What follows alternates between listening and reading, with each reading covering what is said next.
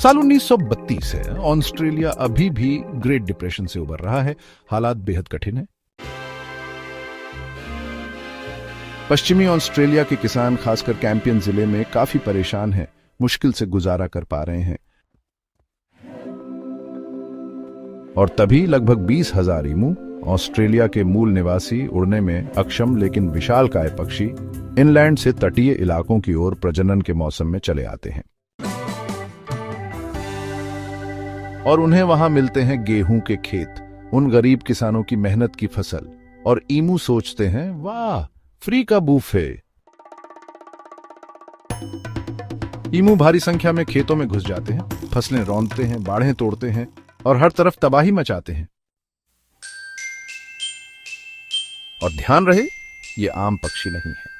ईमू लगभग 6 फुट लंबे होते हैं, 100 पाउंड तक भारी हो सकते हैं और 50 किलोमीटर प्रति घंटे की रफ्तार से दौड़ सकते हैं। सोचिए, आप एक गरीब किसान हैं, अपने खेत की तरफ देखते हैं और आपको सामने दिखती है गुस्साए बिग बर्ड्स की एक भगदड़।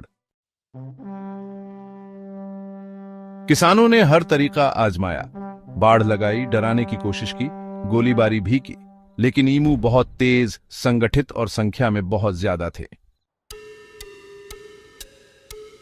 आखिरकार थक हार कर किसानों ने सरकार से मदद मांगी और सरकार ने कहा, ठीक है, हम सेना भेजेंगे।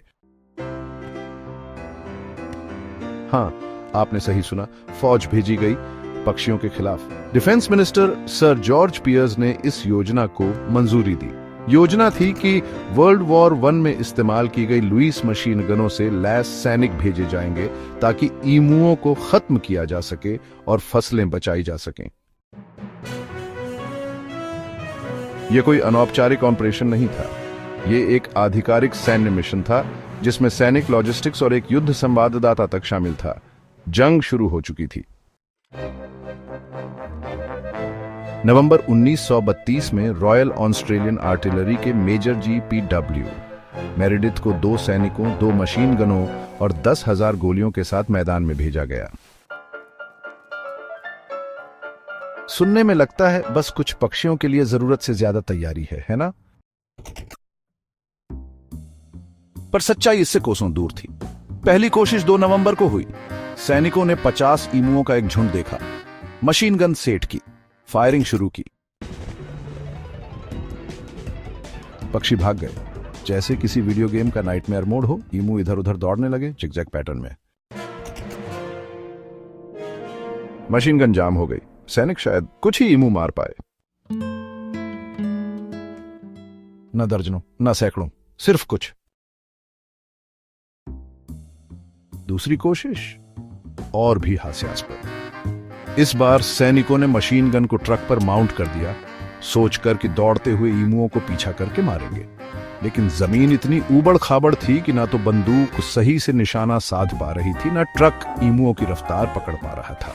नतीजा फिर से फेल। अब सबसे मजेदार बात, ईमू ऐसे ही बेतरतीब नहीं दौड़ रहे थे। देखने वालों ने नोट किया कि ये छोटे छोटे ग्रुप में मूव कर रहे थे, जैसे स्क्वाड्स। हर ग्रुप में एक बड़ा ईमू लीडर की तरह एक्ट करता था। सैनिकों ने रिपोर्ट किया कि जब कुछ ईमू मारे जाते थे, बाकी भाग जाते थे और फिर दूसरी जगह इकट्ठा हो जाते थे। लगता था मानो इनके पास कोई सैन्य रणनीति हो। मेजर मेरिडिथ ने बाद में कहा, अगर हमारे पास ऐसी कोई मिलिट्री डिवीजन होती जिसमें इन पक्षियों जितनी बुलेट सहन क्षमता होती, तो वो किसी भी आर्मी का सामना कर सकती थी।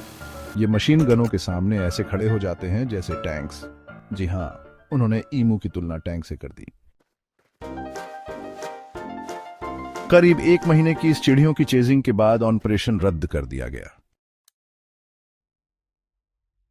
आर्मी ने 2500 से ज्यादा गोलियां चलाई, लेकिन मारे सिर्फ करीब 200 ईमू। यानी हर पक्षी के लिए 12 से ज्यादा गोलियां, और हजारों तो ऐसे ही बच निकले। 10 दिसंबर 1932 को सरकार ने अभियान को औपचारिक रूप से बंद कर दिया। ईमू जीत गए थे। न कोई सरेंडर, न कोई शांति समझौता।